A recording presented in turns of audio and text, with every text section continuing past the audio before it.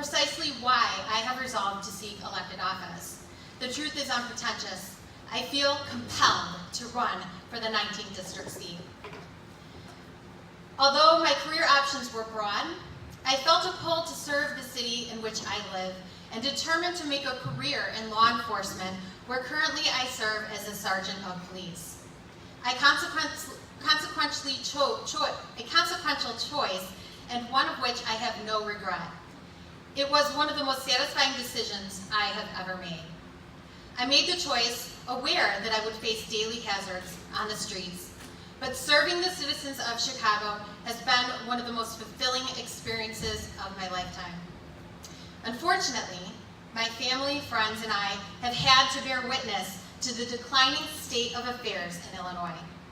Nearing utter chaos, Illinois has been pushed to the brink of becoming a howling wasteland by career politicians on both the local and state level.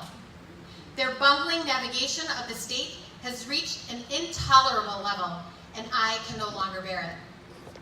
Due to the confiscatory tax policies enacted by members of the Illinois General Assembly, a mass exodus of businesses, jobs, and residences have occurred, leaving unemployment, decay, and loss of opportunity in its wake.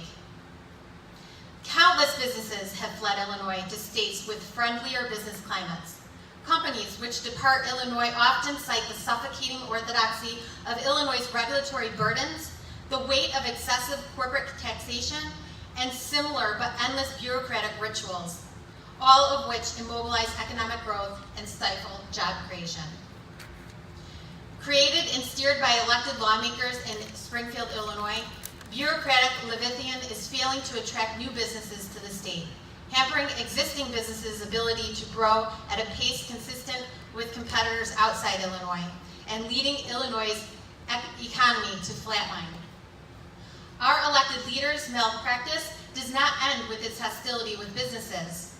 Illinois lawmakers fail to recognize their careless management of tax and regulatory issues is causing a backlash among residences. Increasingly, I find myself engaged in conversation with friends and coworkers over their retirement plans. Their discussions are more frequent of late and reveal friends and colleagues at work weighing leaving Illinois upon reaching retirement age. Decisions made with sorrow, they mention how they intend to permanently relocate elsewhere when they end their careers. An uneasy decision for lifelong residents. My friends unreservedly mentioned how Illinois has become unfriendly towards taxpayers. For me, this issue is deeply personal. My parents, both of whom were raised in Illinois, made the agonizing decision to resettle in Missouri in 2008 over excessive taxes. Despite the difficulty in this decision, their reward was bucolic paradise in Ava, Missouri, and the financial windfall of an annual property tax bill of under $1,000 on a 52-acre plot of land. Wow. For residents of the Norwood Park neighborhood in which I live, the frustration they experience goes far beyond Illinois' exorbitant taxation and regulation. Over the past 2-year period, residents in my ward, the 45th, have been locked in conflict with our elected official concerning plans to build a 7-story mixed-income housing complex, a plan which sparked concerns among residents over a decline in property value, overcrowding in schools, rising crime, and a building with the characteristics of a teeming metropolis in the midst of our quiet neighborhood. We were shunned by this elected leader and shut out of the discussion. Pondering alternatives, residents combined and took concerns to their key elected officials. Members who participated in an official City of Chicago study group called the Glanso Park Corridor Study, which recommended against developments exceeding 4 stories. Our representatives cravenly ignored the calls for aid from residents. Our appeal included a petition with over 6,000 residents' bipartisan signatures, imploring our representatives to intervene and halt the 5150 Northwest Highway project as originally planned. Unfortunately, these representatives remained the perfect idlers and sought refuge in passivity, explaining it was a matter of the 45th Ward aldermen. The incumbents took no stance on the contentious matter. Despite the fact it affected thousands of their constituents, and despite the fact the plan's developer, Full Circle, sought Illinois tax credits, commonly known as tax dollars, to realize this project. Worse, our representatives later publicly disavowed their role in the committee determining the fate of our community. An indefensible action, these incumbents' responses revealed themselves as far more concerned with overturning the political apple cart in Springfield and disobeying Illinois' House Speaker than fulfilling their obligations to residents in their district. This is not leadership, and it is not representing the interests or concerns of the residents of the 19th District. The development project in the 19th District, however, is not the only example of these elected officials' failures. While campaigning for public office, these incumbents often made pension liabilities a central issue of their bids for office. Now a full-blown crisis in Illinois' pensions have increased manifold almost 1,000 times the household income over the last 30 years. These incumbents have neglected to explore any alternative solutions to the issue, preferring to simply sponsor or vote in favor of higher taxes to meet the state's obligations. Illinois can no longer afford lawmakers wishing problems away. Demonstrating no vision, their solution to any fiscal matter is a tax increase. A reliable ally to the House Speaker, the incumbent signed on to a 32% increase to state income taxes in July of 2017 and is poised to join the Speaker in yet another round of tax increases, including an increase to workers with income as low as $15,000.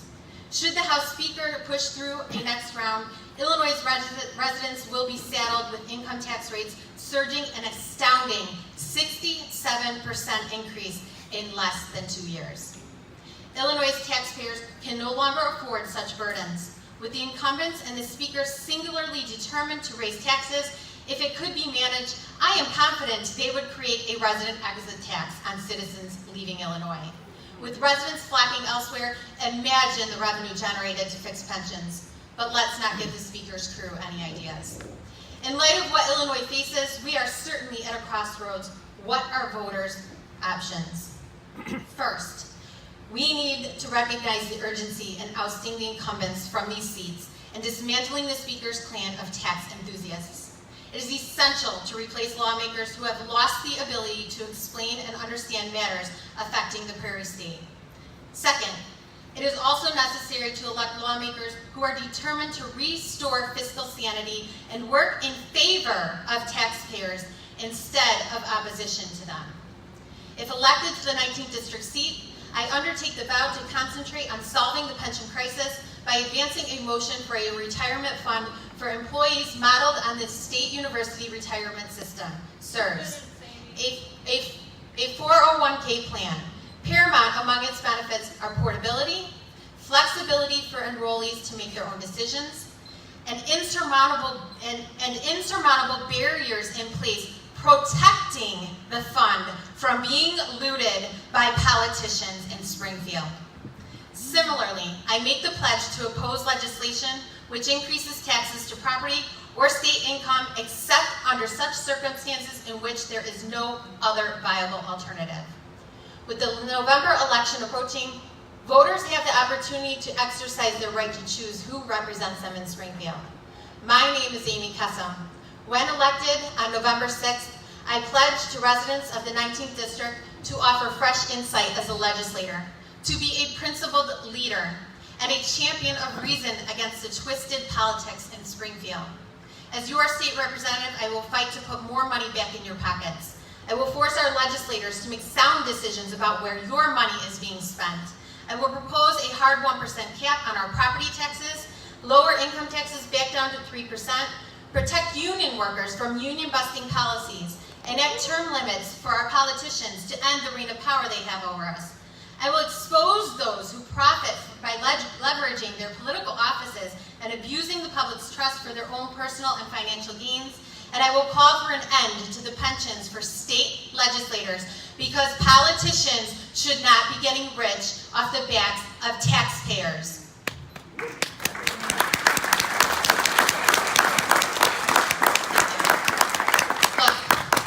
I would have loved to have stood up here today and talked to you about how wonderful things are here in Illinois, to talk to you about how I'm a Girl Scout leader and a liturgical minister for our children's liturgy here at St. Monica's. But the truth of the matter is, we are in dire straits, and I would implore you to vote for someone who will stand up and fight for you.